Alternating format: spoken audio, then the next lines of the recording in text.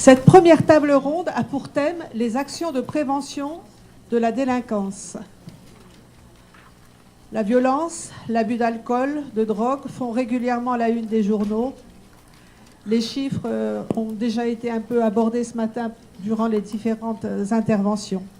Alors cette image semble être confirmée par le nombre de procédures enregistrées, notamment en matière de violence intrafamiliale. Qu'en est-il réellement? Y a-t-il une augmentation de la délinquance en Polynésie française? Les campagnes de sensibilisation ont-elles eu un impact? La prévention passe-t-elle principalement par la sensibilisation des jeunes générations? Quelles sont les actions prioritaires à mener? Pour en parler, nous recevons autour de cette table ronde M. Frédéric Poiseau, directeur de cabinet du Haut-Commissariat, Mme Toumata Helm, conseillère technique au ministère de la Solidarité en charge de la condition féminine et de la famille, M. Eymana Amin, directeur du syndicat mixte pour la gestion du contrat de ville. Après leur intervention, le débat pourra démarrer avec évidemment nos 4 experts invités et vos questions. Merci. Monsieur Frédéric Poiseau. Bonjour mesdames, messieurs. Est-ce que tout le monde m'entend? On n'a pas de retour? Oui. Alors quelques mots pour vous dire déjà tout le bonheur que j'ai à être présent ce matin parmi vous.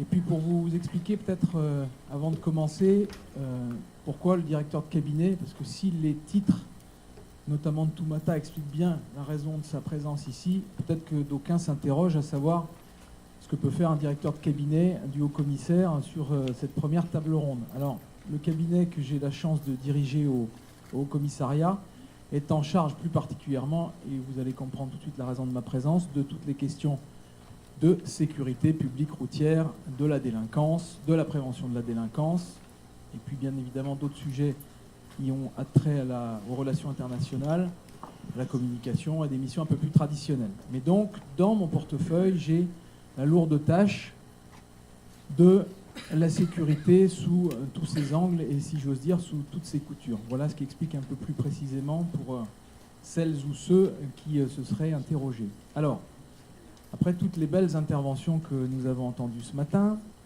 moi je souhaiterais qu'on rentre rapidement dans la réalité. Non pas que nous n'étions pas dans la réalité ce matin, mais je souhaiterais qu'on soit un peu dans la transposition sur le terrain de tout ce qui a pu être évoqué et qu'on soit un peu dans le concret.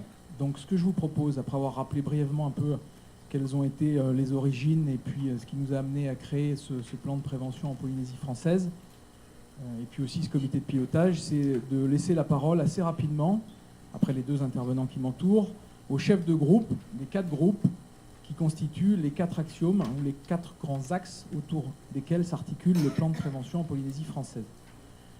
Alors ce plan de prévention, il fait suite bien évidemment, comme ça se fait ailleurs sur le territoire national, à un constat, à un diagnostic qui a été rappelé à de nombreuses reprises ce matin sur la situation de délinquance, mais pas seulement de délinquance d'ailleurs, en Polynésie française.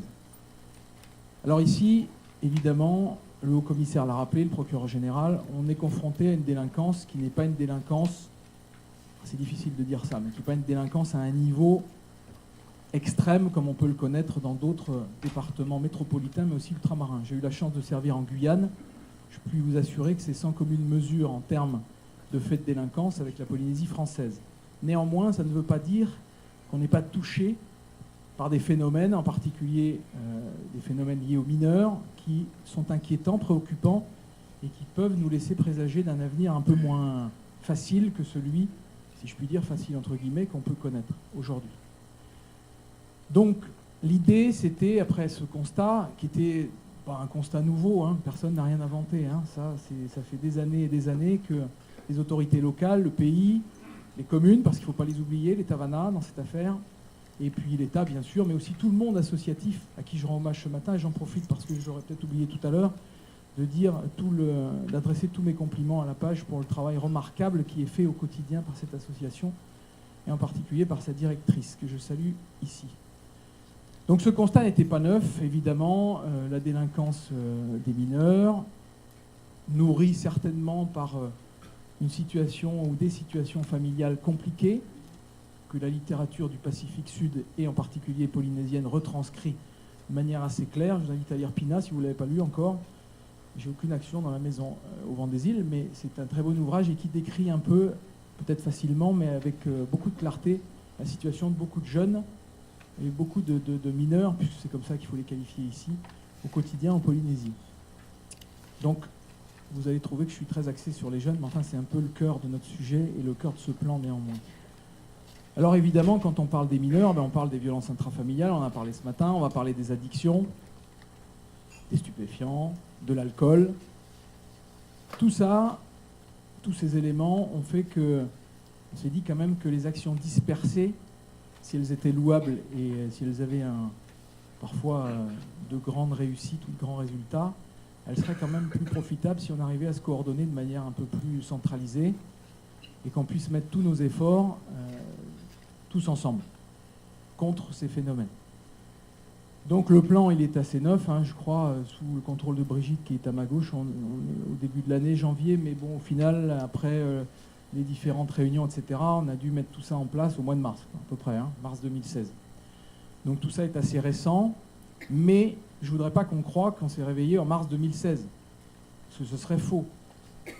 Évidemment, il y avait cette prise de conscience bien avant mars 2016. Mars 2016, où le début de l'année marque la volonté affichée et écrite, même si on est dans un pays de tradition orale, il faut écrire, et en particulier sur ces sujets, et écrite donc de se coordonner et puis de trouver des axes de travail. Alors, il y a 4 groupes qui sont ressortis de ce premier comité de pilotage qui a eu lieu en début d'année, donc un premier groupe sur les addictions, comme ça vous l'a été dit ce matin, un groupe sur les mineurs, un groupe sur la tranquillité publique, et puis bien évidemment un gros morceau, tous des gros morceaux, mais sur les violences intrafamiliales. Donc chaque groupe s'est réuni, plusieurs idées sont nées au travers de ces groupes, parce que évidemment le comité de pilotage ou le plan de prévention, on se retrouve à un certain nombre. Moi j'avais pas encore la chance d'être en Polynésie en mars 2016, mais j'espère bien être là pour le prochain. On se retrouve, je pense, à minima une vingtaine de personnes, Brigitte, à peu près. Bon, donc à une vingtaine de personnes, on a profusion d'idées, on acte tout un tas de choses, mais le travail, on le sait tous ici, se fait dans des petits groupes resserrés où il faut à un moment donné transposer, c'est ce que je disais en début de cette intervention, et puis se retrouver dans la réalité. Donc parmi ces groupes de travail, il y a eu plusieurs idées, donc ces idées elles ont été listées, elles ont été creusées, elles ont été approuvées ou non. On a refait ensuite un travail assez récent au mois de septembre 2016 d'analyse avec l'ensemble des groupes de ce qui avait pu être conduit, de ce qu'il y avait à conduire et des différentes actions qu'on pouvait mettre en place assez rapidement. Alors la caractéristique de ces actions, et ce qui fait que c'est un peu comment dirais-je, différent, et évidemment que c'est partout différent puisque chaque territoire a ses problèmes, mais j'entendais ce matin, je crois que c'est Madame Rossi, qui disait que ce qui était assez surprenant, c'est qu'on retrouvait des caractéristiques dans les situations sur des territoires et des états différents. Bon, sur la délinquance, évidemment, il y a aussi des thèmes, les violences intrafamiliales, la délinquance des mineurs, tout ça existe sur d'autres territoires. Mais ici, la particularité, c'est que le statut institutionnel de la Polynésie française fait qu'on a des acteurs de l'État, on a des acteurs du pays, puis on a évidemment des acteurs des communes. Mais ce statut fait qu'on a donc une réglementation à différents niveaux, et avec une réglementation qui n'est pas, même si ici nous sommes en France, qui n'est pas toujours la même, ne serait-ce que sur le code de la route, qui n'est pas tout à fait le même, ou encore sur des prises en compte pour les mineurs.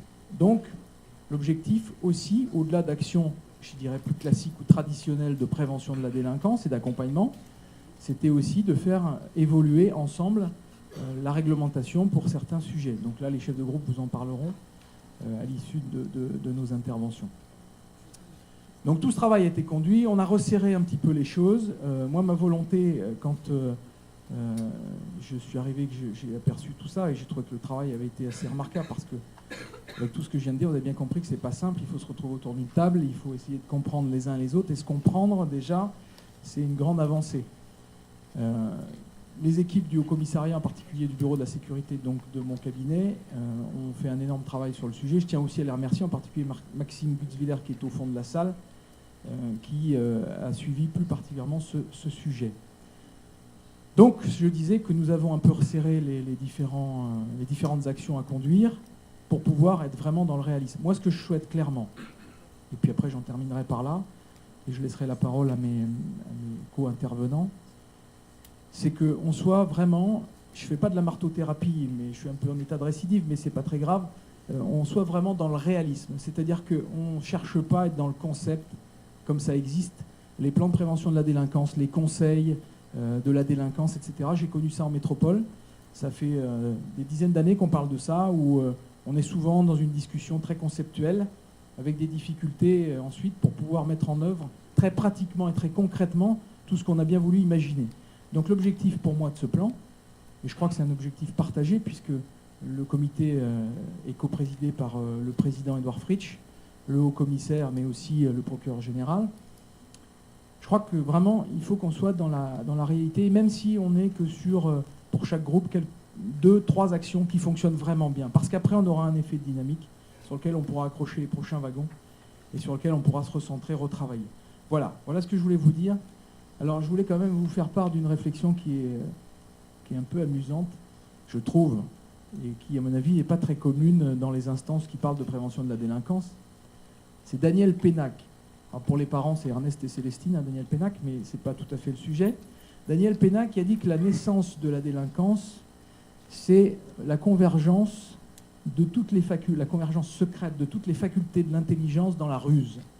Ben, essayons-nous tous de mettre toutes ces facultés de l'intelligence de nos mineurs en particulier, non pas dans la ruse, mais dans la réussite et dans un avenir un peu plus brillant que celui qu'il y aurait parfois promis. Voilà, merci.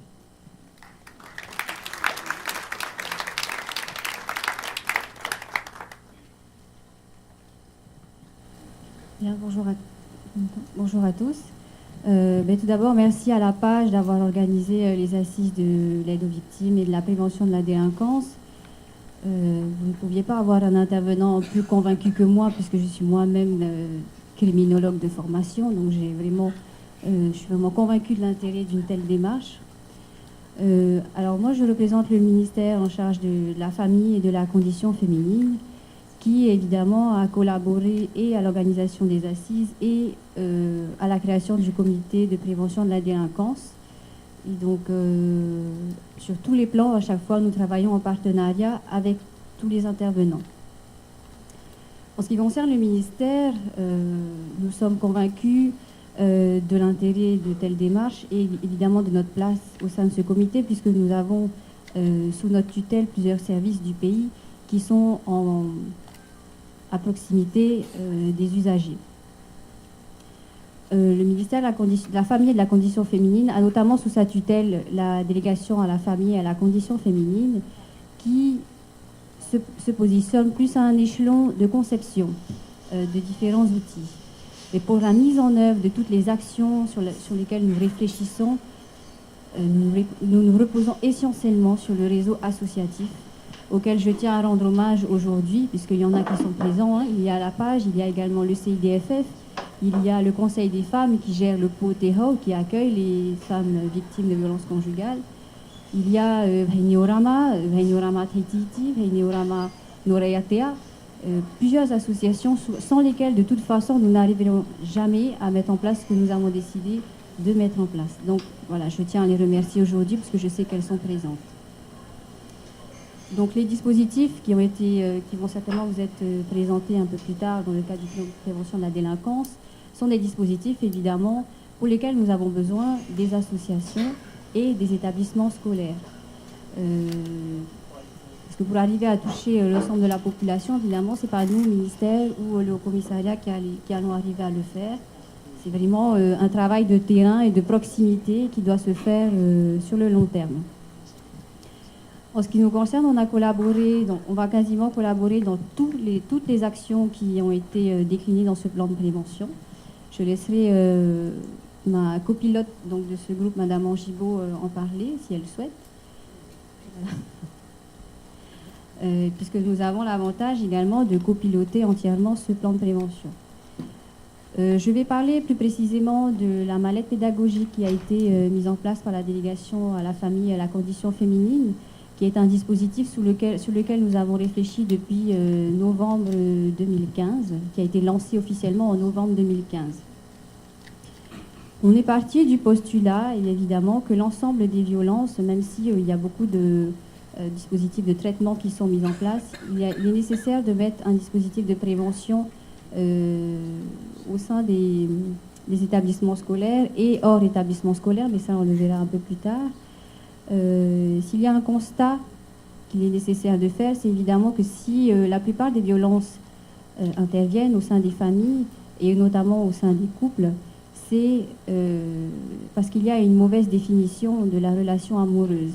Plusieurs intervenants vous l'expliqueront. Quand on a une mauvaise définition de la relation amoureuse, ça encourage évidemment des mauvais comportements. Donc cette mallette pédagogique a vocation à apporter des outils aux jeunes couples et aux jeunes, finalement, aux futurs parents sur la manière dont ils pourraient gérer leur vie familiale. Nous avons procédé au lancement en novembre 2015. Nous l'avons testé, cette mallette, au sein des établissements, de 8 établissements pilotes. Et des améliorations ont pu être apportées à cet outil. Cet outil va être généralisé à partir du mois prochain, certainement. Donc, nous avons déjà commencé à former les référents des établissements scolaires à l'utilisation de cet outil. Pour l'instant, l'outil s'appelle « Jeunes et violence, un couple sans violence ».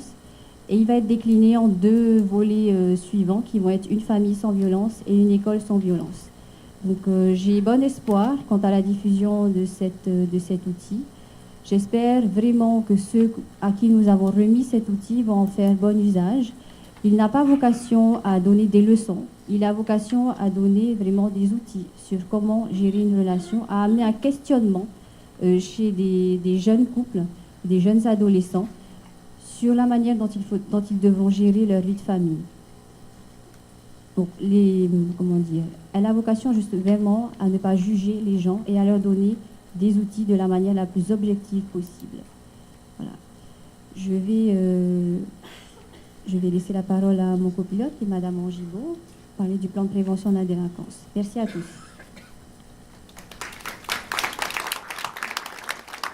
Merci Kenata.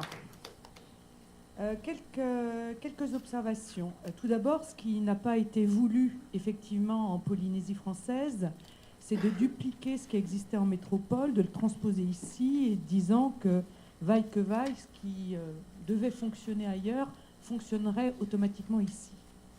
Donc c'est une logique tout à fait inverse qui a guidé les membres de ce groupe de travail, consistant à partir de l'existant et de dire qu'est-ce qui va bien pouvoir fonctionner ici et qui réponde aux spécificités de ce territoire. Parce qu'on l'a un petit peu abordé, mais on ne l'a peut-être pas suffisamment abordé. Faire de la prévention de la délinquance en Polynésie française, c'est un véritable défi, c'est même une gageure. Pourquoi ? Tout d'abord, l'immensité du territoire. C'est un territoire qui est grand comme l'Europe. Son éclatement. La Polynésie française, c'est 118 îles sur 5 archipels. Donc ce qui nous a guidés, c'est quoi ? Essayer de couvrir l'intégralité du territoire de la Polynésie française et d'essayer également, vaille que vaille, d'assurer une égalité de traitement et de prise en compte, sachant qu'il n'y a pas de présence gendarmesque partout, dans toutes les îles, alors que certaines sont habitées et que même les gendarmes ne sont pas à demeure sur l'ensemble des îles en Polynésie française. Donc on s'est dit qu'on ne pouvait pas raisonner avec nos standards métropolitains et se contenter de les transposer ici. Donc 2 grands axes nous ont guidés en matière de prévention des violences familiales. Tout d'abord la structuration. La structuration, parce qu'il y a des enjeux en matière d'animation de réseau. Et c'est un véritable enjeu pour le territoire, effectivement, que d'arriver derrière à animer ne serait-ce que le réseau très important de référents en matière de violence familiale. Donc il s'est employé par la mise à jour de son site internet et effectivement aussi par la formation de ses référents. Ensuite, L'autre élément qui nous a immédiatement frappé, c'est comment assurer une représentation de l'État, une représentation de la justice, une représentation des associations dans chaque île de la Polynésie française. Alors, dans les actions qui sont sorties de ce Conseil de prévention de la délinquance, dans le cadre qui est plus spécifiquement le mien, qui est la prévention des violences familiales, il y a des choses qu'on va retrouver qui sont des choses que l'on retrouve ailleurs et d'autres choses qu'on ne va retrouver qu'en Polynésie française. Une des actions, c'est une adresse Facebook du procureur de la République en matière de prévention des violences intrafamiliales. Ça n'existe pas du tout en métropole. Et cette idée est née du constat qu'il fallait, pour répondre à ce type de délinquance, donner la possibilité aux jeunes, la possibilité aux femmes de communiquer directement avec les autorités judiciaires comme les jeunes communiqueraient avec leurs amis. Et les jeunes, ils n'écrivent pas une lettre au procureur de la République, surtout s'ils sont sur un des archipels. Les jeunes, qu'est-ce qu'ils utilisent? Eh bien, ils utilisent Facebook. Donc, on est en train de créer actuellement une adresse Facebook du procureur de la République. Le visuel est sorti, le contenu est sorti. Ce que l'on va mettre exactement dans cette adresse Facebook est sorti. La prise en compte derrière, c'est-à-dire des signalements par Facebook, c'est également calibré. Maintenant, on attend la toute dernière étape qui est l'autorisation par le secrétariat général du ministère de la Justice. C'est-à-dire qu'on a réussi à gravir un certain nombre d'obstacles et à obtenir un certain nombre d'autorisations. Donc le tout dernier palier que l'on attend incessamment, et je pense qu'il n'y aura pas de problème sur le principe, c'est l'autorisation pour des raisons de sécurité du secrétariat général du ministère de la Justice. Mais c'est quelque chose d'important, parce que l'idée, c'est que toute personne au sein de sa famille qui serait victime de violence pourra, via cette adresse Facebook, le signaler immédiatement au procureur de la République. Et par rapport à l'existant, eh bien, c'est quelque chose qui, à mon avis, on verra bien le nombre de signalements qu'on aura de cette manière-là, mais devrait quand même changer considérablement les lignes. Ensuite, on entre toujours par rapport à l'immensité du territoire. On va, le Conseil de prévention de la délinquance, arrêter également ici la mise à disposition de téléphones grand danger. Mais ce ne seront pas des téléphones grand danger comme il existe en métropole, car ils ne sont pas techniquement transposables en Polynésie française. Donc on est en train de réfléchir et on est en train de concerter des opérateurs pour exactement avoir au bout du compte un produit qui nous permette de répondre à nos propres impératifs et à répondre aux impératifs d'une femme qui, dans un archipel, serait victime de violence et pourrait donc, via ce dispositif, alerter les services de la gendarmerie.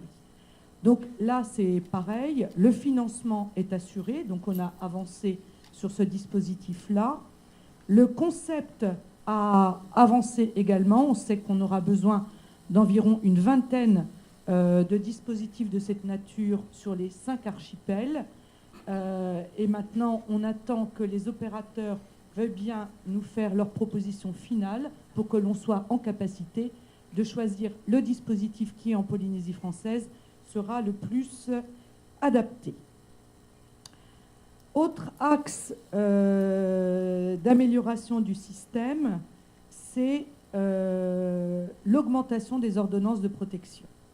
On a constaté avec les services du juge des affaires familiales que les ordonnances de protection étaient en nombre assez peu élevé.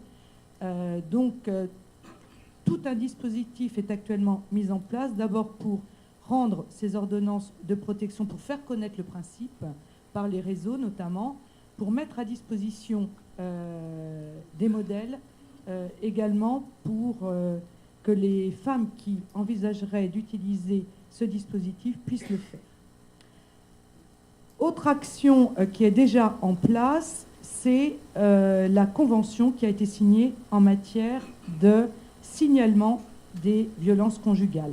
C'est-à-dire que l'on a souhaité que sur l'ensemble du territoire, toutes les violences conjugales remontent, toutes les plaintes, tous les signalements remontent de la même manière et soient prises en charge exactement de la même manière. Donc une convention a été signée au commissariat parquet général, parquet et réseau, gendarmerie, police, etc., pour que tous ces signalements ne restent pas lettre morte au moment où le signalement est fait, mais remontent et soient traités exactement de la même manière. Ensuite, on a essayé de travailler sur une meilleure prise en charge, notamment des mineurs qui sont victimes de violences. Pour que la prise en charge du mineur victime de violence ne soit pas en elle-même une souffrance supplémentaire que l'on infligerait aux mineurs. Et donc le territoire, dans le cadre du plan qui a été arrêté, a accepté de travailler sur le principe d'un accueil pédiatrique de l'enfant en danger qui pourrait avoir lieu au niveau de l'hôpital du Taonnet, sachant que l'année dernière, sur Tahiti, 250 mineurs victimes de violences sexuelles ont été pris en charge par les services de police et par les services de gendarmerie. Donc on ne parle pas de 3 mineurs, de 5 mineurs, de 10 mineurs, on parle quand même de 250 mineurs. Donc l'idée, c'est qu'on respecterait, entre guillemets, les règles du théâtre classique, c'est-à-dire unité de lieu, unité de temps, unité de prise en charge. C'est-à-dire que l'enfant qui signale d'une manière ou d'une autre puisse être pris en charge, emmené à l'hôpital du Taonnet, faire l'objet d'une première évaluation, c'est-à-dire une évaluation notamment sociale, une évaluation également judiciaire, puisse être entendu par les services de police ou la gendarmerie, puisse être examiné par un expert judiciaire. Tout cela, donc, sur une demi-journée ou une journée, pour éviter que tantôt il soit entendu par l'un, tantôt il soit entendu par l'autre, une troisième fois encore entendu, une quatrième fois un examen psychiatrique ou un examen médical. Voilà.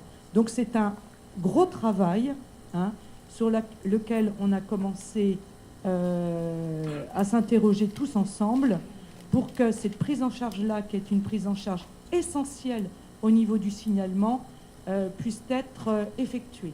Sachant que la deuxième étape, ce sera peut-être celle qu'a souligné le Premier Président ce matin, c'est-à-dire qu'une fois que la prise en charge du mineur au niveau du signalement sera effective et sans doute mieux assurée qu'actuellement, eh bien, la justice, après par cette SAP, il parlait en fait de la salle d'audition protégée, que je connais bien, vu que c'est moi qui l'ai mise en place quand j'étais procureur à Angers, et qui permet effectivement de ne pas faire des confrontations qui soient des confrontations physiques entre un auteur présumé et un enfant, mais que ce soit des mises en présence médiatisées par écran dans des salles séparées. Et ça, ce sera sans doute l'étape d'après, dans le deuxième ou troisième plan de prévention de la délinquance. Mais je pense que déjà la première étape qui consisterait à prendre en charge sur une journée unique un mineur qui fait l'effort de signaler les faits dont il est victime, ce serait déjà une avancée majeure. Je pense avoir à peu près résumé les quelques actions les plus significatives de ce plan, sachant que c'est un plan pluriannuel, que par définition, tout ne pourra pas être fait dans le cadre simplement d'une année, même si déjà certains projets sont quand même bien avancés et certains autres ont déjà sont déjà même finalisées.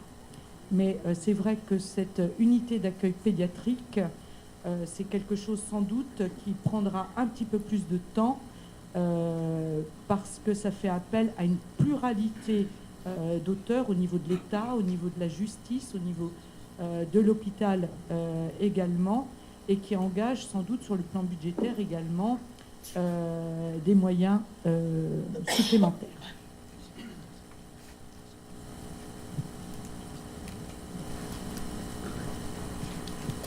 Avant de laisser la parole, parce que vous avez bien compris que Brigitte et Toumata, c'était un des groupes de travail au sein du plan. Hein. Donc il y en a 3 autres à qui on donnera aux chefs de groupe qui sont là la parole après. Je vais laisser la parole à mon voisin. Juste un mot quand même par rapport à ce qu'a dit Brigitte. On a une douzaine d'actions qui sont en cours de réalisation, là, ou plutôt programmées dans le cadre du groupe violence intrafamiliale. On en a 2 qui ont été finalisées déjà. Donc c'est la signature de la convention locale relative au traitement des mains courantes et puis les PV, enfin les renseignements judiciaires en matière de violence conjugale, et puis le développement du recours à l'ordonnance de protection des victimes de violences conjugales. Voilà, donc ça c'est 2 actions, donc sur 12 on en a déjà 2, et il y en a 7 qui sont en cours de réalisation à horizon fin 2016, premier trimestre 2017. Voilà. Pour vous dire, dans la traduction de ce que je disais tout à l'heure, on essaye de donner corps à tout ce qu'on s'est engagé ou tout ce qu'on a pu dire au sein de ce comité de pilotage et de ce plan.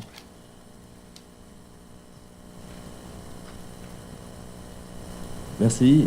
Bonjour à tous. Je suis donc Hemana, le directeur du syndicat mixte en charge du contrat de ville de l'agglomération de Papeete. Alors moi j'interviens au sein de cette table ronde pour ajouter ma contribution donc, aux interventions de mes prédécesseurs sur le sujet de la prévention de la délinquance, afin de vous présenter le contrat de ville de l'agglomération de Papeete, qui également en fait, qui est un dispositif complémentaire au plan de prévention qui a été abordé donc juste auparavant. Mon intervention se déroulera en 2 temps. Alors il y aura une petite projection, enfin, il y aura 2 projections, mais il y a une première projection un petit peu PowerPoint qui sera gérée donc, par la technique. Comme je ne la vois pas, du coup, ne vous étonnez pas si je dis passage, enfin, deuxième diapo, et je vais essayer de m'en sortir comme je peux. Ça, c'est le premier objectif de ma présentation, de vous présenter le contrat de ville, mais aussi de pouvoir vous informer qu'il existe un contrat de ville, que vous avez certainement déjà entendu parler donc, du contrat urbain de cohésion sociale, et qu'aujourd'hui ça a changé de nom. Et j'en suis ravi parce qu'il n'y a pas plus tard qu'il y a 20 minutes, en me présentant, on me dit « Ah, t'es dans le CUX ». Alors, du coup, vous pouvez croire que je suis bien content aujourd'hui qu'on appelle ça le contrat de ville, comme ça évitera donc les quiproquos un peu salaces dont on peut bénéficier. Donc, ceci étant dit, le contrat de ville, donc, c'est un dispositif qui n'est pas récent. En fait, le premier contrat de ville a été signé en 1994 dans le cadre d'un plan de développement à État pays, donc sous l'impulsion de l'État, qui à l'époque n'ont bénéficié à 6 communes. Et donc faisaient partie donc, de ce premier contrat de ville les communes de Marina, de Haroué, Piré, Papeete, Punaouia et Paea, qui comptaient à l'époque une dizaine de quartiers prioritaires qui avaient été retenus, notamment de par l'insalubrité qui constituait ces quartiers. Et donc très tôt, se sont dessinés donc, deux grands axes majeurs donc, dans le cadre de cette politique de la ville. Le premier axe important, donc, c'est d'accompagner les dynamiques dans les quartiers, les dynamiques associatives dans les quartiers, les dynamiques communales, donc, qui tiennent en premier lieu donc, au soutien donc, des associations, et pour essayer de répondre donc à différentes problématiques qui étaient rencontrées dans les quartiers, d'oisiveté, problématiques donc de vol, problématiques de violence, qui sont aujourd'hui nos sujets de discussion d'aujourd'hui. Et deuxième axe important donc de la politique de la ville à cette époque, donc c'était également de pouvoir rattraper donc le retard en équipement de ces différents quartiers qui, à l'époque, ne bénéficiaient pas donc, de structures, maisons de quartier, de plateaux sportifs, pour permettre d'avoir des espaces d'animation pour les habitants. Donc ce premier contrat de ville a été mis en place pour essayer de pallier à ces manques. Donc premier contrat de ville sur 5 ans, 94-2000. Ensuite, un deuxième contrat de ville a été signé, premier contrat de ville qui était géré par l'État. Et vous comprendrez pourquoi j'ai commencé par là. C'est que on a très rapidement en fait transféré le pilotage de cette politique aux collectivités locales. Donc, à partir de l'année 2000, donc le deuxième contrat de ville n'a pas encore été transféré aux collectivités locales, mais il a été reconduit pour accompagner les compétences, des compétences humaines afin d'être en capacité de mettre en place des projets, de les porter, de les suivre et donc du coup d'être vraiment le porteur de cette politique de la ville qui est à l'origine nationale.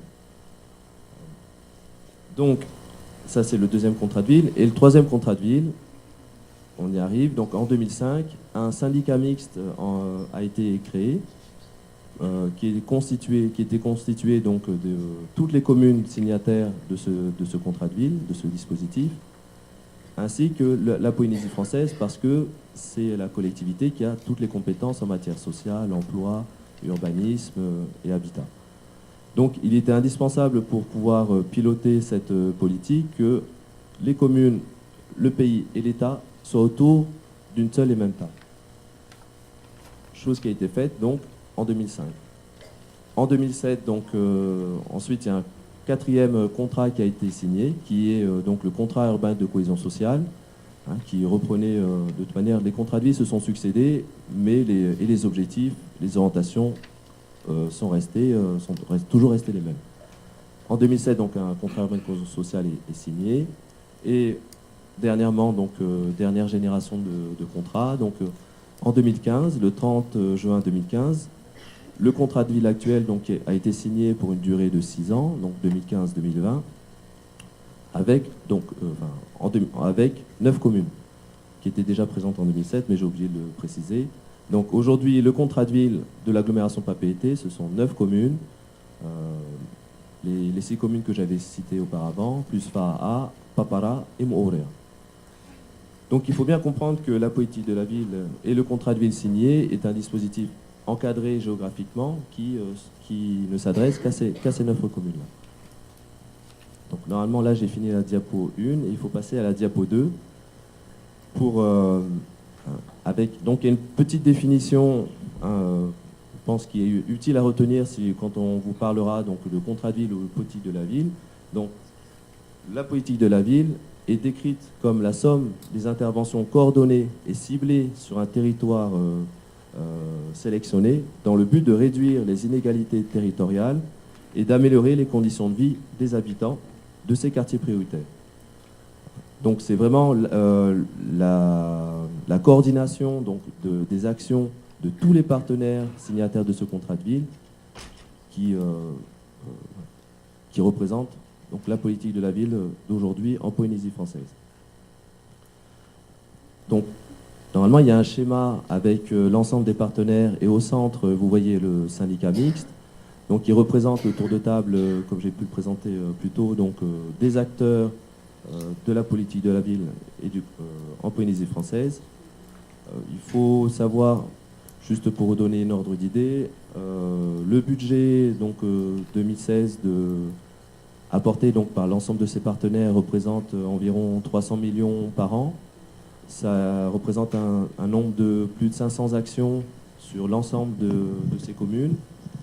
Et qui bénéficie aujourd'hui, on est dans une fourchette entre 16 à 20 000 bénéficiaires.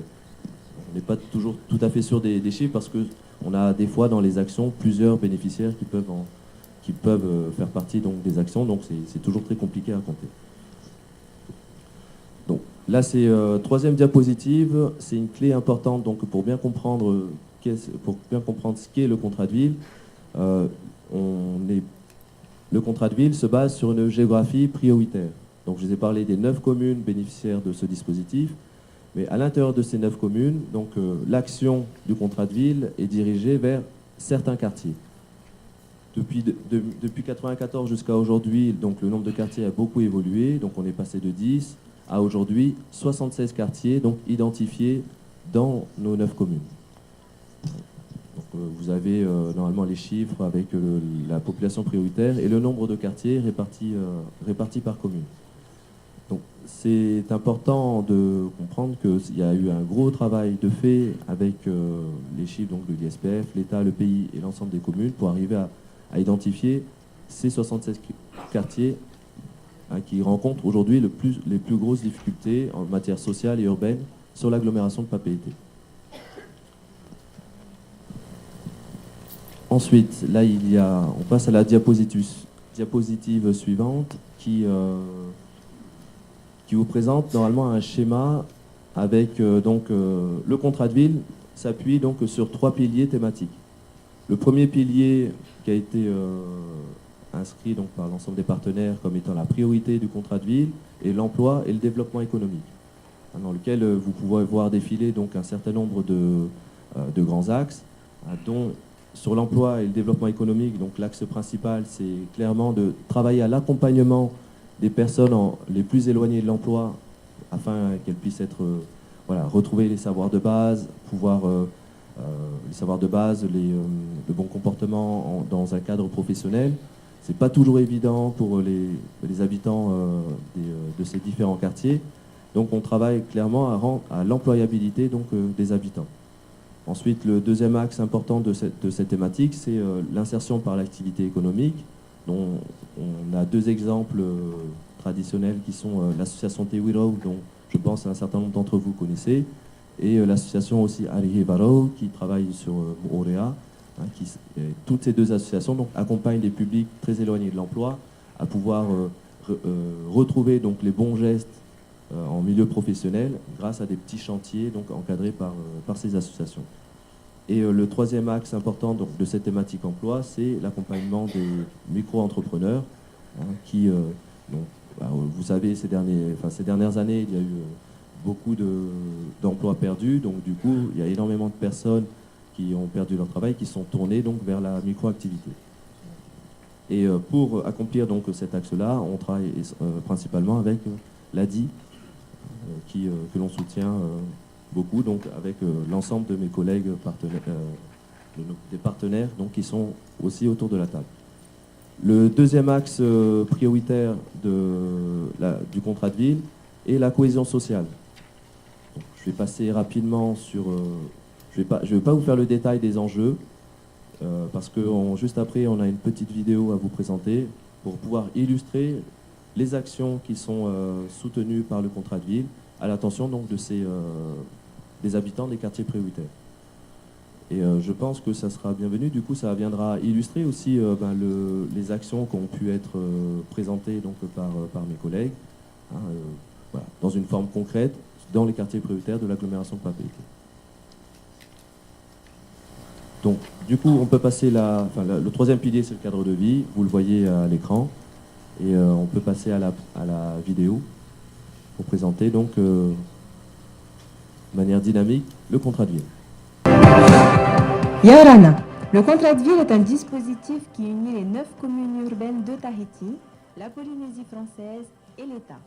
Ces partenaires se sont réunis autour d'une ambition partagée d'améliorer les conditions de vie des habitants issus des 76 quartiers prioritaires.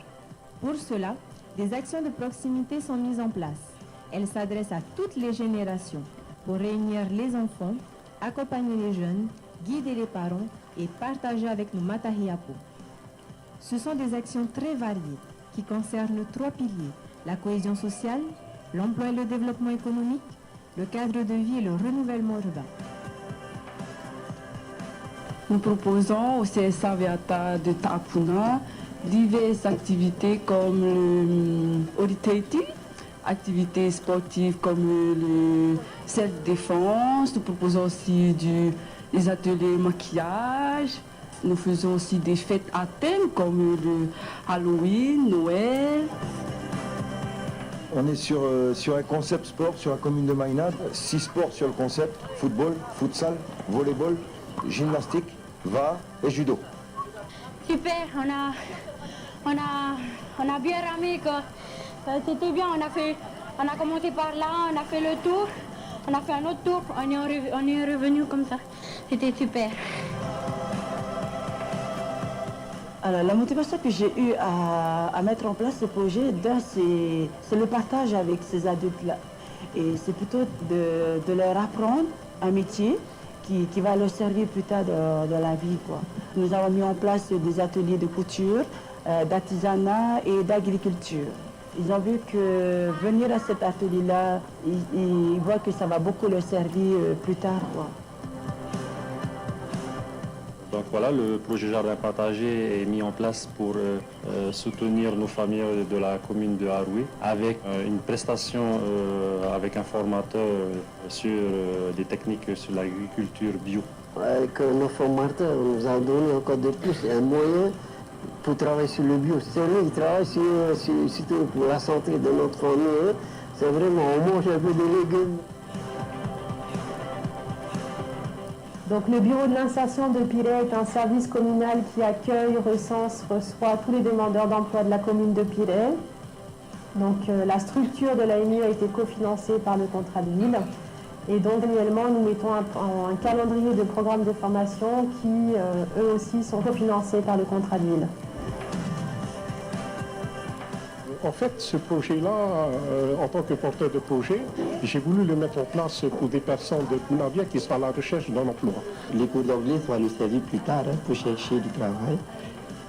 Ces actions de cohésion sociale, d'insertion par l'emploi et d'amélioration du cadre de vie sont essentielles pour le mieux vivre ensemble et le développement durable de nos territoires.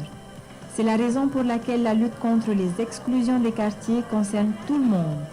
Il s'agit de soutenir, valoriser, rassembler, participer pour apporter plus à ceux qui ont moins.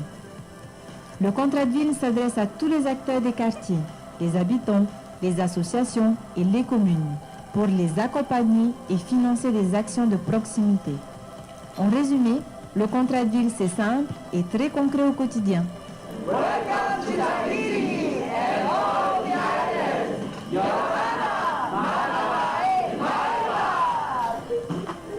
Vous avez aimé la vidéo? Partagez-la. Maururu et à bientôt.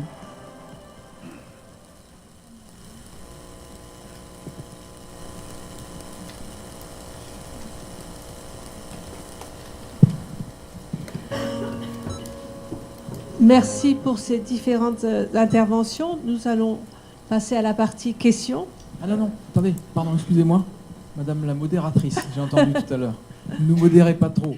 Je voudrais que les deux chefs de groupe qui sont là, Dr Brugirou et puis Thierry, puissent s'exprimer en quelques mots sur, parce que c'est des groupes importants, on a l'addiction, aussi sur la délinquance des mineurs. S'ils peuvent, on peut leur laisser la parole quelques minutes. Voilà, quelques minutes parce qu'il faudra respecter le timing. Autrement, on va être tout bousculé pour le reste des ateliers.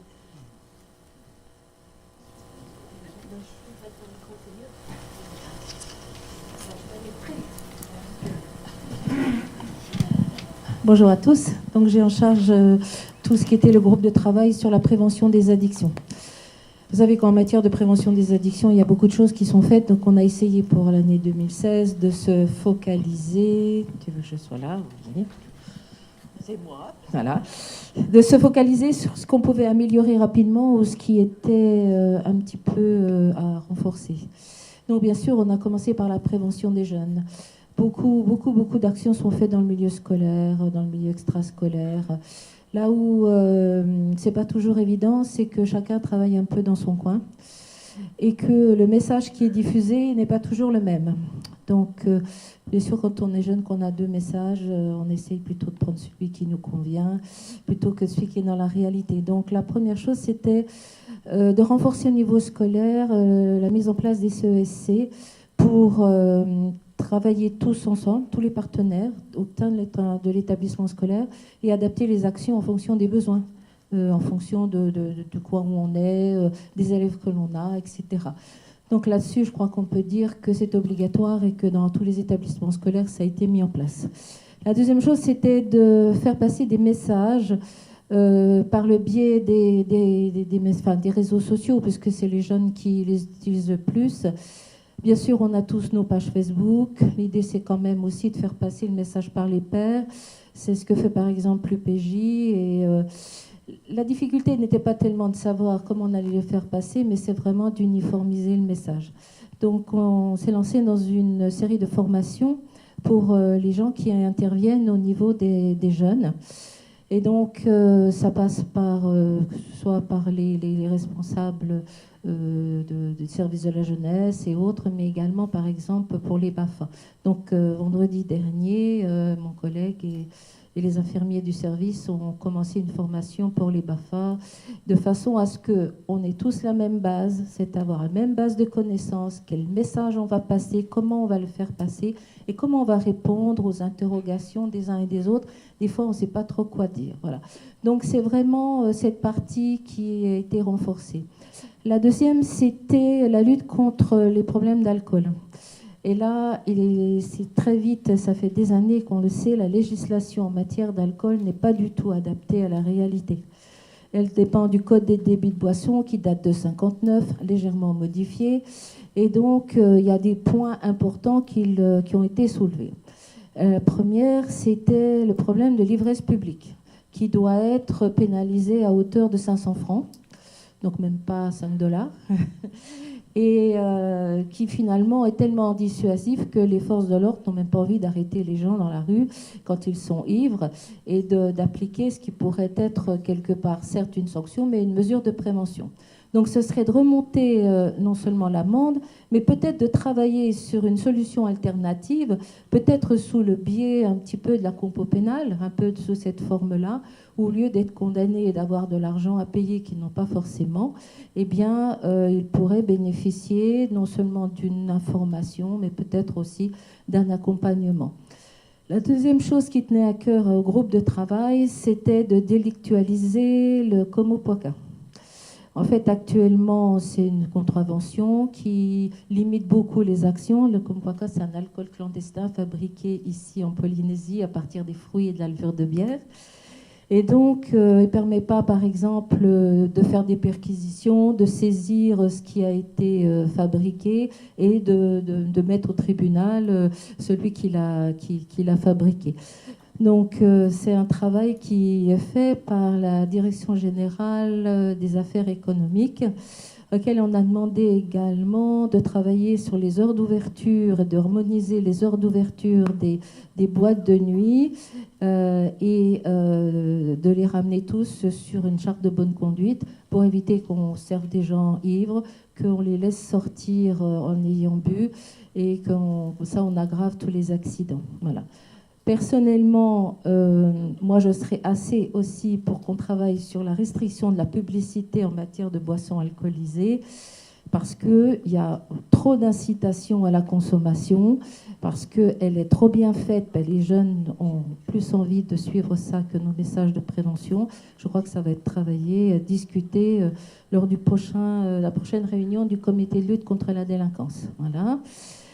Après, il y aurait bien sûr la lutte contre les substances illicites, et ça relève beaucoup de la justice, c'est de faire plus de coups de poing, d'opérations coups de poing, qui pour aller dans les zones où il y a, on le sait, de toute façon elles sont identifiées, où il y a de la revente, et d'y associer certainement des actions de prévention, d'information, de faire travailler avec les associations de quartier.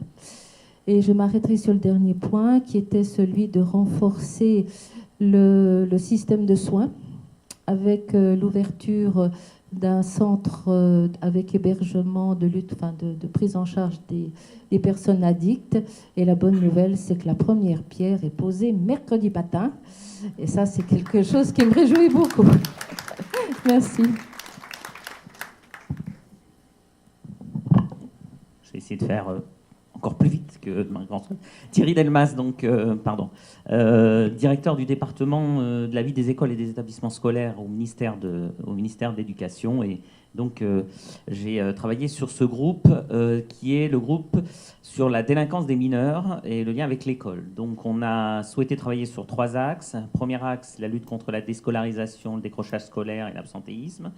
Deuxième axe, les violences à l'intérieur des établissements scolaires. Et troisième axe, essayer de prendre en compte la vie des élèves et essayer de développer les activités des élèves. Donc le premier point, je vais essayer d'être très rapide, sur l'absentéisme, le décrochage et la déscolarisation. C'est un phénomène extrêmement important en Polynésie française. On perd énormément d'élèves sur une année. Alors on a du mal à le chiffrer, il y a des chiffres qui sont entre 700 et 1200 par an, mais quand on sait qu'on a une population scolaire d'un peu plus de 20 000 élèves, ça fait quand même énorme. Donc on a travaillé sur plusieurs actions. Première action, développement des internats, puisque je vous rappelle que les élèves scolarisés dans les lycées sont scolarisés essentiellement sur Tahiti. Donc du coup, les élèves des îles éloignées sont obligés de venir à Tahiti. Donc le développement des internats, et notamment aussi des internats en direction des collèges sur la zone de Faa. Deuxième point, essayer de moderniser un peu la manière de fonctionner et de communiquer avec les parents sur l'absentéisme des élèves. Cet absentéisme qui commence très très tôt, des fois dès le primaire. Donc fonctionnement de communication par SMS, fonctionnement de communication par mail, etc., ce qui n'existait pas, donc on l'a développé. Une convention aussi avec la police de Papeete sur les élèves qui traînent dans la rue, entre guillemets, pendant que normalement ils sont scolarisés. Donc il y a une charte de fonctionnement où effectivement quand il y a des élèves qui normalement devraient être scolarisés et qui sont dans les rues, ils sont repérés par la police et on est en lien par un fonctionnement, une charte pour pouvoir remettre ces élèves-là dans leur établissement. Et quatrième point qui m'apparaît important, c'est encore une histoire des textes, l'application des textes, la législation métropolitaine ne s'applique pas en Polynésie pour le rôle des parents dans l'absentéisme et la déscolarisation. Ils ont une difficulté de les rendre responsables devant la loi. Donc là, il y a un travail qui est fait justement pour faire évoluer la loi en Polynésie française sur ce domaine-là. Le deuxième élément, c'était la lutte contre les violences. Alors là, on avait une difficulté il y a 2 ans, c'est qu'on n'avait pas une lecture des actes de violence dans les établissements scolaires. Donc l'urgence, c'était de créer une interface de saisie des incidents dans les établissements scolaires, ce qui est fait depuis février 2016. Et en parallèle, bien évidemment, de créer un observatoire des comportements et des actions de prévention à l'échelle de la Polynésie française pour justement analyser ces actes de violence, voir comment on peut avoir une réponse commune. Marie-Françoise parlait tout à l'heure des comités d'éducation à la santé et à la citoyenneté, les CESC, qui n'existaient pas, qui ont été créés en décembre 2015, pour pouvoir avoir une politique cohérente dans les établissements scolaires de lutte justement contre les violences et d'autres, les violences, les addictions, etc. Donc une action importante, repérer les incidents, les quantifier, les qualifier, avoir un observatoire pour pouvoir avoir après une politique cohérente dans les établissements scolaires autour de ces politiques de prévention. Troisième point, c'est les activités des élèves. On sait pertinemment que plus un élève est dans le désœuvrement, y compris dans l'école, plus les incivilités, les actes de violence vont se développer. Et les textes de la représentation des élèves dans les établissements scolaires n'avaient pas évolué depuis 20 ans.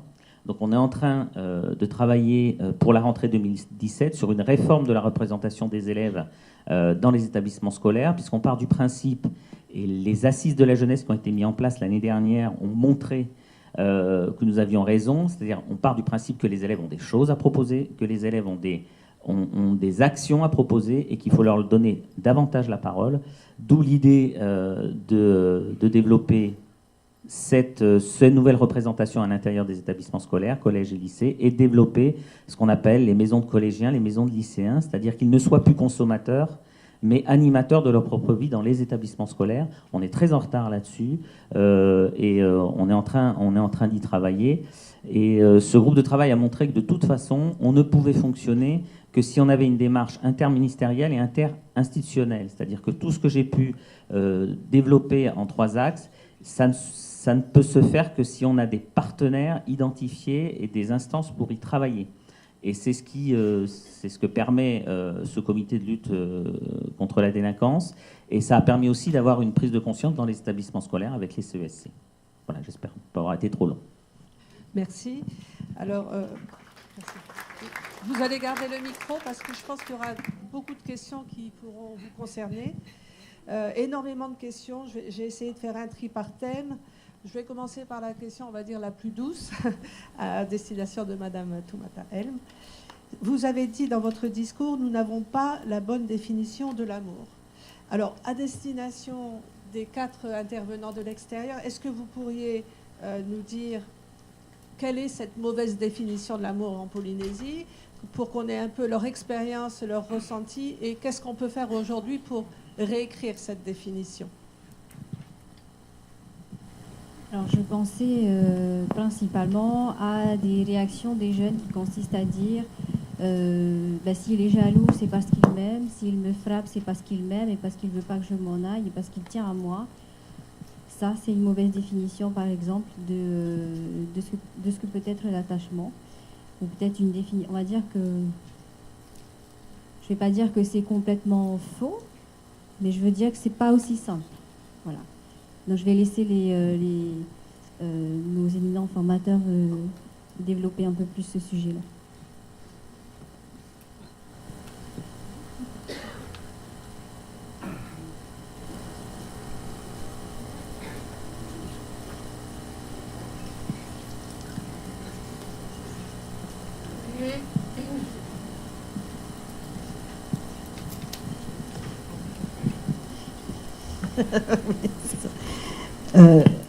Effectivement, c'est la question qui est au centre et c'est la question, je pense qu'il y a beaucoup de promotion à faire, que la promotion doit se faire à la fois dans la population en général, auprès des adultes, parce que c'est les modèles, ensuite auprès des enfants, mais on a parlé beaucoup de prévention en milieu scolaire, puis on a parlé aussi de beaucoup de décrochage.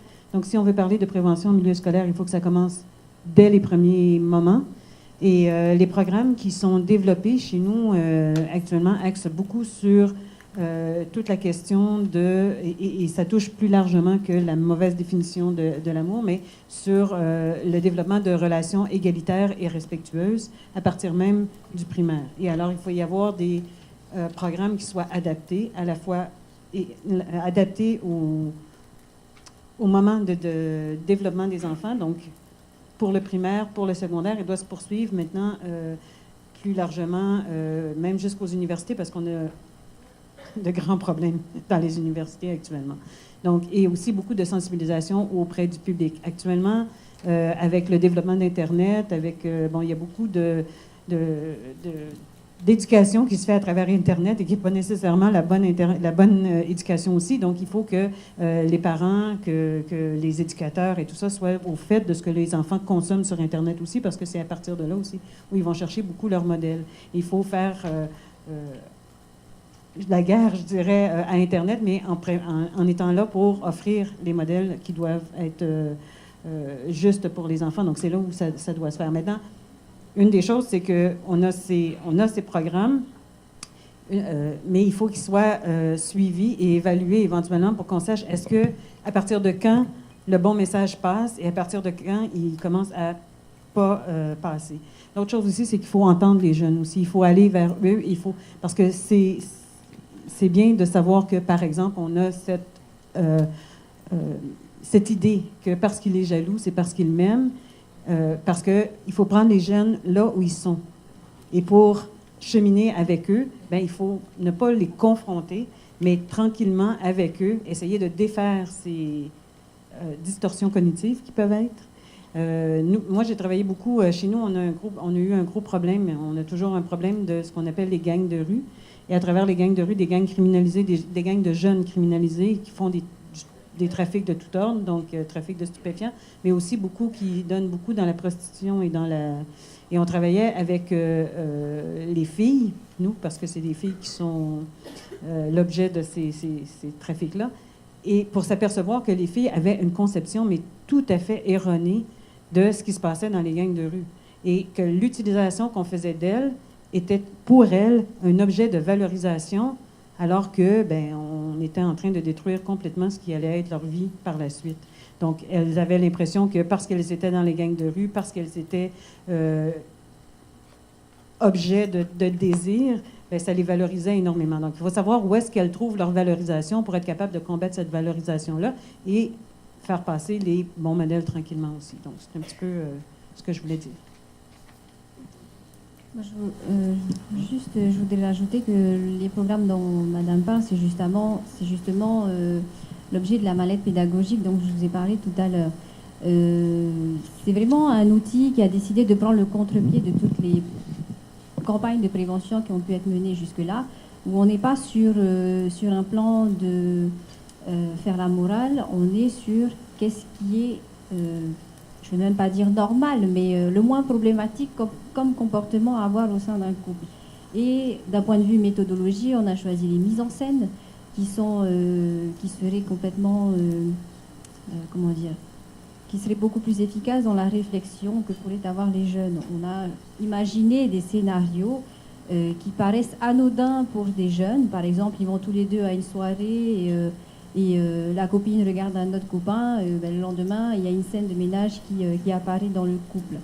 C'est peut-être une situation qui est anodine aujourd'hui pour eux, mais qui peut être précurseur de situations un peu plus graves quelques années plus tard. Donc, les programmes de prévention à mettre en place dans le cadre de la relation amoureuse doivent absolument être objectifs et ne pas juger la manière dont les jeunes abordent leur relation. Il s'agit de leur donner des outils.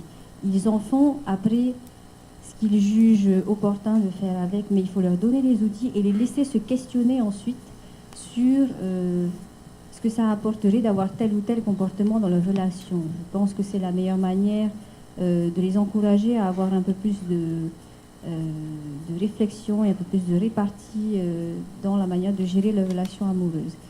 Ensuite, c'est peut-être pas le modèle parfait, mais c'est le modèle d'outils de prévention qui nous est apparu aujourd'hui le plus adapté. Après, voilà, les mentalités évoluent au fil des années, les choses évoluent, et ce sont des outils qui doivent être revus constamment pour toujours être au plus près des problématiques qui sont rencontrées par nos jeunes. Merci pour ces réponses. Alors, je rebondis sur ce programme-là de mallette pédagogique. J'avais une question qui disait pourquoi on ne bénéficie pas de ça dans les autres archipels aux Marquises. Il y a énormément de questions qui parlent de cet aspect-là financier. Que fait-on? Quels sont les moyens pour lutter contre la violence et la délinquance dans les archipels? Comment se passe la prise en charge des mineurs victimes dans les archipels éloignés, par exemple? Là, moi, je vois deux questions.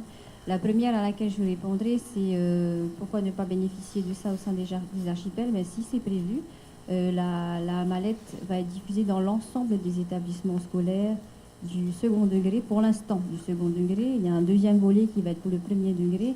Cette mallette a été lancée conjointement par le ministère de la Condition féminine et le ministère de l'Éducation. Donc il y a un partenariat qui est en place depuis la conception, depuis le moment où on a pensé cette mallette. Forcément, le ministère de l'Éducation s'implique. Ensuite, elle doit aussi être diffusée en dehors des établissements scolaires auprès d'un public qui est peut-être un peu plus à risque que le public qui est scolarisé. Mais on peut pas, on ne pourra pas sortir tous les dispositifs d'un coup. On est obligé d'y aller progressivement pour tester, pour voir comment ça réagit, comment c'est accueilli, avant de développer davantage. Donc l'ensemble des archipels seront touchés. En ce qui concerne les mineurs victimes, je dirais qu'il y a la cellule de protection de l'enfance, de la DAS, qui existe et qui peut s'en occuper. Pour le suivi psychologique, on a le Farita Maho, qui est un établissement, aussi un établissement public, qui vient d'ouvrir la maison de l'enfance de Taïwae, dans l'archipel de l'île de Nukuhiva. Alors, la cellule de protection de l'enfance de la DAS, certes, elle n'est pas parfaite, certes, il manque des agents, mais, comment dire, je ne peux pas non plus jeter la pierre aux agents de la protection de l'enfance, puisqu'ils font le maximum qu'ils peuvent. Et voilà. Et oui, il y a des moyens supplémentaires à apporter. Oui, je suis d'accord avec ça. Je ne vous cache pas que c'est compliqué de trouver des moyens, mais c'est pas faute d'essayer, c'est pas faute de continuer à se battre pour ça. Te dire un mot sur ce sujet-là par rapport aux archipels, sous le contrôle de mes deux intervenants polynésiens. Il y a un silence qui est quand même beaucoup plus lourd dans les archipels, et je crois que ça va peut-être vous choquer ce que je veux dire, mais il faut aussi considérer comme une victoire, finalement, cette hausse du nombre de faits en termes de violence non crapuleuse, parce que c'est aussi parce que les gens parlent et vont dénoncer. Donc, on est quand même aussi au début d'une histoire. Enfin, je veux dire, tout ça est assez récent. Quand on regarde la progression, certes, ça reste des chiffres, etc., mais il faut vraiment avoir un regard très... les Polynésiens le savent beaucoup mieux que moi, mais très aigu sur les différences qu'on peut constater entre Tahiti et puis les archipels éloignés, et en particulier les Marquises, où on est vraiment sur un rapport à tout ça, à la parole. Et ce matin, je crois que c'est vous, Madame Rossi, pardon de vous citer encore une deuxième fois, mais vous parliez de dévoiler plutôt que dénoncer. On en est là, hein, on est vraiment dans cette... Et c'est d'autant plus difficile parce qu'on a cette dispersion géographique, parce qu'on a aussi des cultures extrêmement différentes. La culture marquisienne est très différente de la culture des Australes ou des Tuamotu. Enfin, je parle encore une fois de plus sous le contrôle des Polynésiens qui m'accompagnent, mais il me semble que c'est assez évident. Donc, il faut aussi que tout ça s'ancre dans le temps. Et moi, je considère que cette augmentation, évidemment, c'est un indicateur qui nous fait pas plaisir, parce qu'il faut lutter contre, mais c'est aussi la révélation d'un dévoilement et peut-être aussi d'une marche vers la dénonciation. Alors, il y a une personne du public qui demande pour quand la création d'un guichet unique prévention de la délinquance. Est-ce que c'est une expérience qui existe au Canada ou en France métropolitaine? Ça serait un guichet qui pourrait créer une cohésion des financements, parce qu'il semblerait qu'il y ait beaucoup de financements. Je ne vois pas trop ce à quoi pourrait correspondre un guichet unique prévention de la délinquance. La manifestation de ce Conseil de prévention de la délinquance qui, justement, essaie de faire la synergie de tous ceux qui, en matière de prévention de la délinquance, interviennent, de tous les acteurs de la prévention de la délinquance, c'est l'illustration. Alors après, si c'est guichet unique, c'est-à-dire aller à un endroit unique pour signaler quoi? Parce qu'on ne serait pas en matière de délinquance, on serait en matière de prévention de la délinquance. En matière de délinquance, le guichet unique, entre guillemets, c'est le procureur de la République. Voilà, la porte d'entrée, dès lors que l'acte de délinquance est commis, c'est le procureur de la République et les représentations, dirais-je, territoriales, c'est-à-dire la gendarmerie, la police, etc.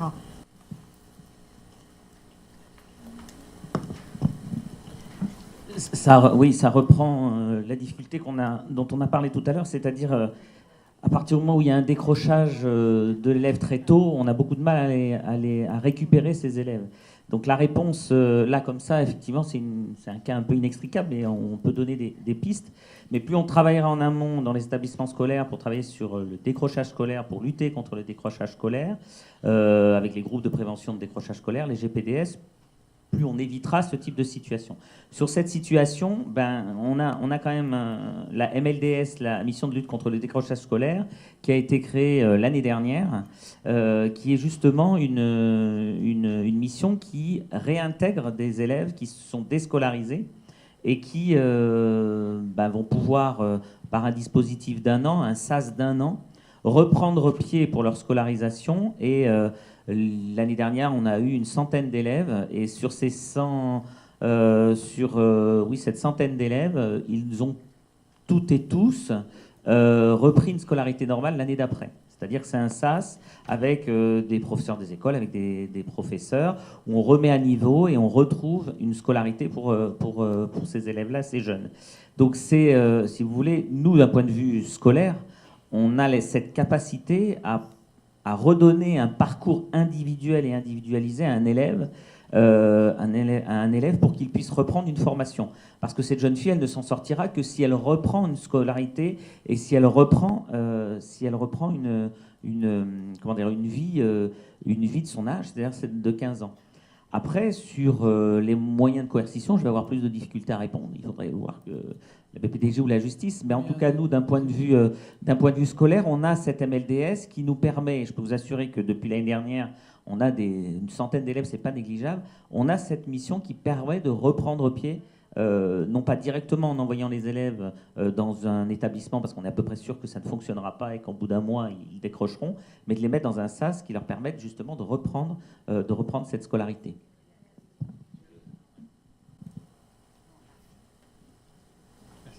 Bonjour à tous, je suis le chef d'escadron Thierry Damerval, siège en charge de la police judiciaire en gendarmerie pour la Polynésie.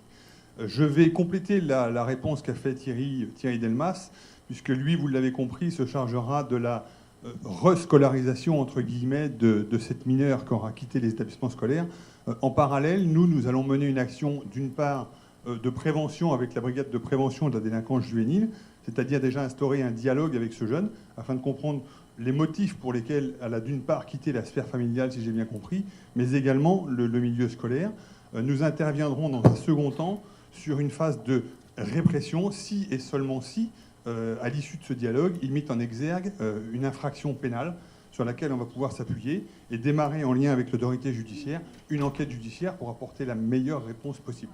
Voilà un petit peu les actions. On parlait tout à l'heure de partenariat et de réseau. On est en plein dedans, puisqu'on échange et on a aussi cette notion qu'on n'a peut-être pas encore abordée, mais je pense qu'il va l'être très prochainement, de secret professionnel, de secret partagé, qui est indispensable dans la convergence de nos diverses actions. Donc, action prévention scolaire par la DG2E pour ramener l'enfant dans son parcours scolaire et dans sa vie d'enfant, dans sa vie de jeune enfant, et action de prévention, de discussion, de dialogue. Et ça, je pense qu'en Polynésie, on le rabordera peut-être pendant ces jours-là, cette notion de dialogue, elle n'est pas assez présente à différents niveaux. Je veux dire, on ne discute pas assez entre des violences conjugales, entre tout un tas de violences. On passe très vite d'un regard à une action de violence, et il manque l'étape du milieu qui serait la discussion, le savoir le pourquoi, le comment, et pourquoi on pose une action qui vient en violation d'une loi de l'État. Je pense qu'on aura l'occasion d'y revenir, et je le disais donc en partenariat et à côté de ce dialogue, une action de répression, si et seulement si il existe une infraction à la loi pénale. Avez-vous les moyens humains de répondre à un cas comme celui de cette mineure s'il se répète par milliers? Alors, par milliers, je pense qu'on va rester au niveau de la Polynésie. On n'est pas sur des chiffres qui peuvent atteindre des milliers.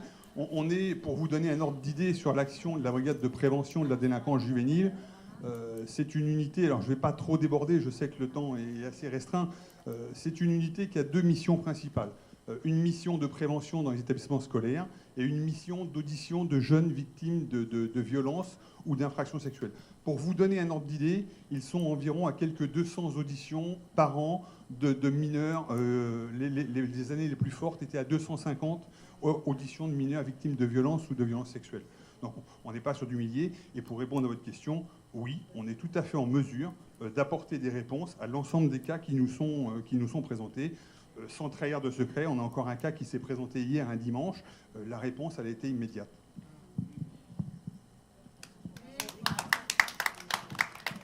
Alors je rebondis sur ce dimanche pour poser une des questions. Beaucoup de services du territoire n'ont pas de permanence le week-end ou les jours fériés.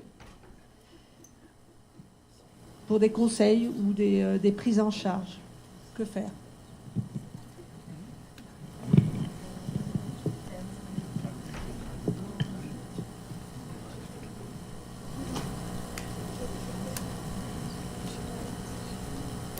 Qu'un quart d'heure devant nous.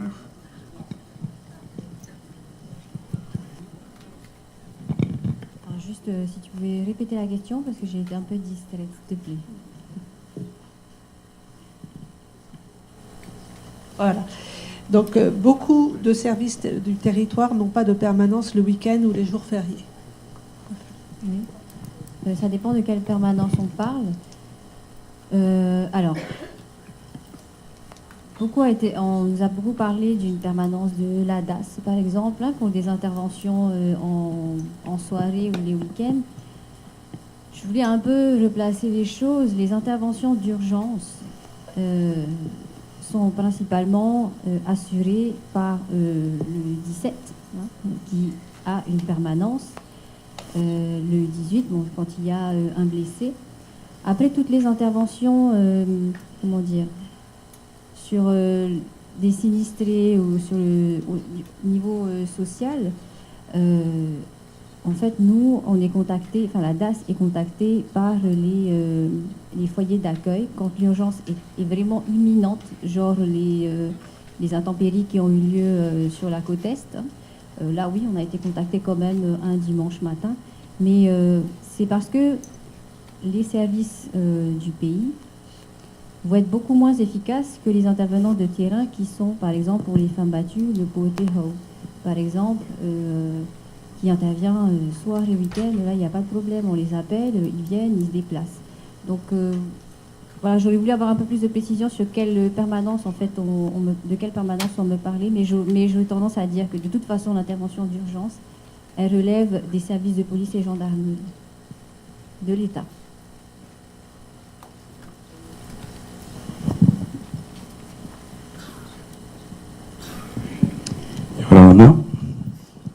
Je suis William Singh et je suis diacre permanent de l'Église catholique.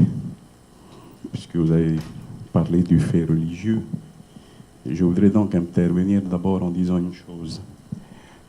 Dans le dépliant qui nous a été remis, lorsque je regarde par exemple la liste des établissements, des centres d'accueil d'urgence qui fonctionnent essentiellement le week-end, que ce soit pour les jeunes, que ce soit pour les femmes, que ce soit pour les mineurs, que ce soit pour les enfants, sur les 9 centres qui sont cités, il y en a 7 qui sont gérés par les églises.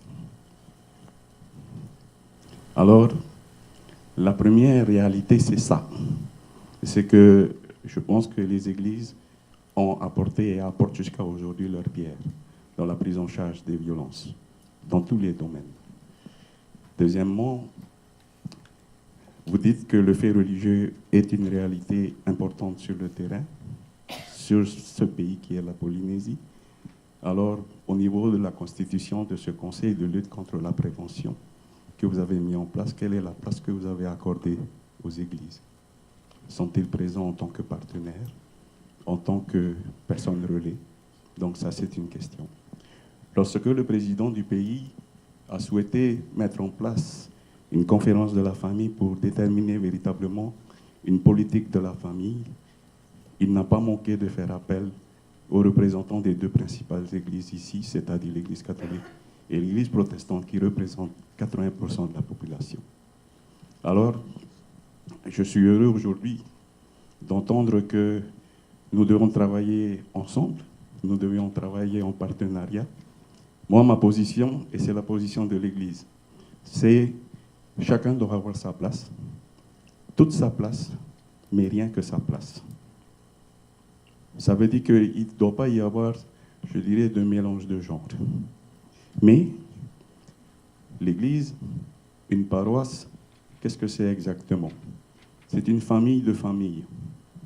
Ça veut dire que nous ne pouvons pas, nous, vivre en Église de manière, je dirais, harmonieuse si nos familles sont malades. Et elles le sont aujourd'hui. Parce que la foi n'est pas séparée de la vie sociale et de la réalité, justement, de cette société que nous vivons. Donc cela veut dire que si véritablement on veut faire avancer les choses, il est important d'abord de reconnaître ce fait-là, que l'Église apporte sa pierre dans le concret. Parce qu'il n'y a aucun centre d'accueil qui est ouvert le week-end, géré par un service public. Ça, c'est une réalité. Quand on parle du Samaritain, quand on parle de la Samaritaine, quand on parle, par exemple, de Faremanini, tout ça sont des foyers qui sont gérés par l'Église catholique. Donc, je suis heureux aujourd'hui d'entendre que nous avons à travailler en partenariat et je souhaiterais véritablement que ça puisse se traduire par des actes. Merci.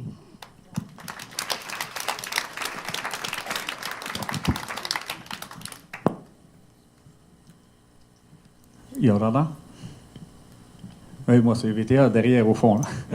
VTA et mon collègue Blake, nous travaillons à la direction de la jeunesse et des sports. Je voudrais revenir sur une question qui a été lue tout à l'heure, sur le guichet unique.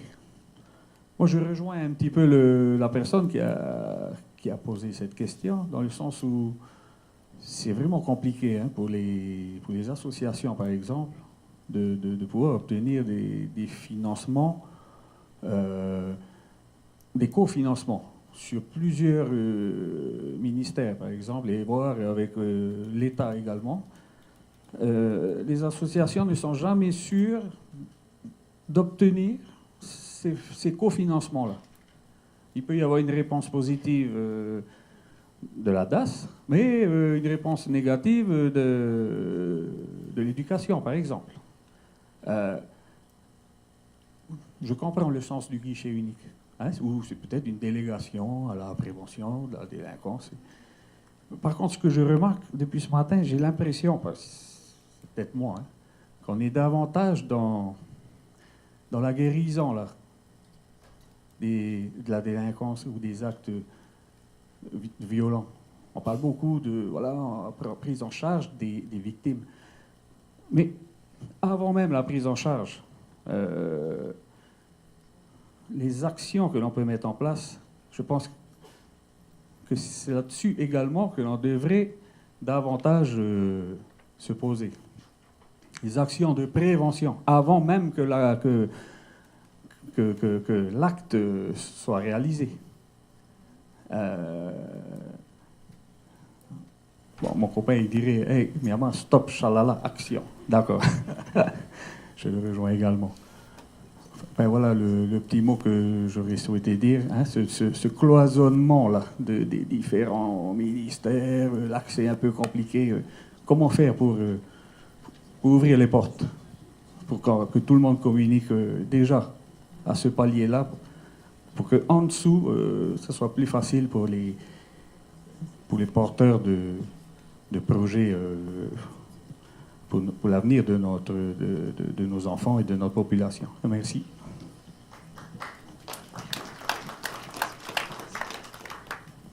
Je vais réagir rapidement. N'est pas le premier à nous faire la remarque hein, sur ce plan de prévention de la délinquance qui est finalement beaucoup dans le traitement et moins dans l'intervention en amont. Je répondrai à ça que la prévention, je l'ai dit tout à l'heure, la prévention de la délinquance est vraiment hautement transversale. Hein, et donc, c'est aussi pour ça qu'a été créé le comité de pilotage de la conférence de la famille. C'était parce que, au-delà de cet aspect traitement, il y avait un véritable accompagnement des familles qui était nécessaire. Donc je ne vais pas m'attarder sur les 130 actions qui ont été déclinées dans ce plan, puisqu'on pourra en discuter hein, plus amplement plus tard. En ce qui concerne les financements, bon, j'en ai parlé aussi tout à l'heure, hein, difficile répartition entre l'État et le pays, mais comme je disais également, dans le plan d'action pour l'accompagnement des familles, il y a la création d'une politique de prévention de la délinquance, enfin non, même pas d'une politique de prévention de la délinquance, mais d'une politique de prévention tout court. Donc que ce soit l'obésité, que ce soit la délinquance ou toutes les autres thématiques qu'il faudrait prévenir, c'est prévu. Après voilà, là on est dans la mise en œuvre. Donc oui, je suis d'accord, c'est gentil de le dire, maintenant on va mettre en place. Mais mon ami William de l'Église catholique qui est intervenu tout à l'heure, de toute façon travaille avec nous sur ce plan d'action. Moi, je suis convaincue que de toute façon, il portera ses fruits, peut-être pas début 2017, puisque la prévention, l'évaluation se fait vraiment sur de longues années. Hein. On ne peut pas vraiment récolter les fruits d'une politique de prévention à court terme. Il va falloir quand même être patient sur les résultats attendus. Tout matin, moi, je vais rajouter un ou deux mots. Je suis content de savoir que notre diacre participe déjà, donc comme il le souhaitait, il a été invité à participer au plan de prévention. Alors, sur les églises, évidemment, le conseil de prévention, enfin, le plan de prévention a un conseil dit comité de pilotage, on peut l'appeler un peu comme on veut, dans lequel on a un nombre de personnes qui sont des figures imposées, et ensuite on peut inviter et convier, lors des phases de réflexion, évidemment, d'autres intervenants. Et je maintiens tout ce que j'ai dit, et je crois qu'on est en phase sur la question. Après, sur les financements, je rappelle quand même que, je parle pour l'État évidemment, on n'est pas dans une période de plénitude absolue budgétaire. On est plutôt dans une période de contrainte pour l'ensemble des domaines. Donc ça, il faut quand même en être conscient, et moi je le dis, et clairement, et ça ne nous empêche pas quand même, notamment au travers du Fonds interministériel de prévention de la délinquance, d'accompagner les initiatives, notamment la page. Je ne vais pas rentrer dans les détails de chiffres, mais il pourrait vous les donner. Donc ça là-dessus, après évidemment, il faut des projets construits, il faut que les associations elles puissent aussi venir montrer la faisabilité de leur action et puis de leur engagement. Mais elles sont toujours les bienvenues et quand elles viennent présenter des projets, elles sont écoutées. Après, inévitablement, les finances sont ce qu'elles sont, quoi, hein. Voilà, ça là-dessus, je n'en dirai pas plus. Et puis pour terminer, sur la prévention, on est à guérir, etc., dans la deuxième phase, je suis à 50% d'accord parce que quand on regarde un peu tout ce qu'a évoqué notamment Thierry Delmas en matière d'éducation, quand on est sur la création d'une base de données permettant de mesurer les phénomènes de décrochage scolaire ou d'absentéisme, bon, on n'est pas dans la guérison, on est dans la prévention. Quand on est sur le contrôle des mineurs présents sur la voie publique, ça, on n'en a pas parlé, mais ça n'existe qu'ici, hein. Métropole, vous ne trouvez pas des policiers à qui on demande d'aller contrôler des mineurs qui sont en train de marcher tranquillement sur le trottoir alors qu'ils devraient peut-être être à l'école. Enfin, je veux dire, ça c'est quand même quelque chose d'assez exceptionnel. Faut le mesurer. D'ailleurs, je me demande, il faut vraiment qu'on regarde parce que c'est quelque chose. Moi, je suis chargé, je l'ai dit, de la sécurité, où je dois centrer les forces de sécurité sur le cœur de leur métier. Là, pour le coup, on est vraiment dans une action de prévention, hein, et qui me coûte du temps, de l'effectif police, mais qu'on maintient bien volontiers, parce que ça, derrière, on y gagne. Mais je veux dire, il faut être bien conscient de ça. Donc de dire qu'on n'est que dans la phase de traitement, peut-être, mais il y a quand même beaucoup d'actions qui sont vraiment sur le périmètre et le spectre de prévention. Merci à tous. Alors, on n'a pas pu poser toutes les questions, alors je vais symboliquement les remettre. Il y en a qui vous concernent. Donc, il est 12h15. On va se retrouver dans 1 heure.